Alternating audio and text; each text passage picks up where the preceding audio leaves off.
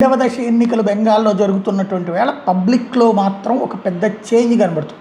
మొదటి దశ ఎన్నికల్లో కొన్ని నియోజకవర్గాలు 96% పైగా ఓటింగ్ జరిగింది. టోటల్ 93.1% జరిగిందన్నది 2 రోజుల తర్వాత ఎన్నికల సంఘం ప్రకటించింది.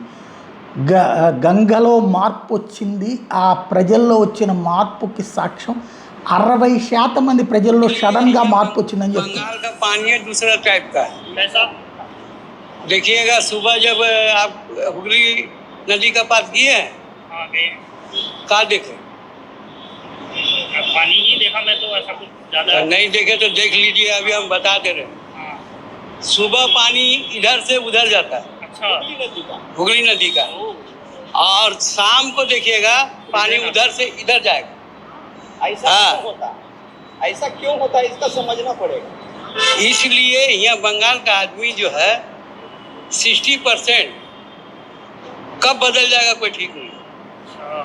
100 का 1 सवाल భారీ చేంజింగ్ ఈ వారం 10 రోజుల్లో జరిగిందని చెప్తున్నారు.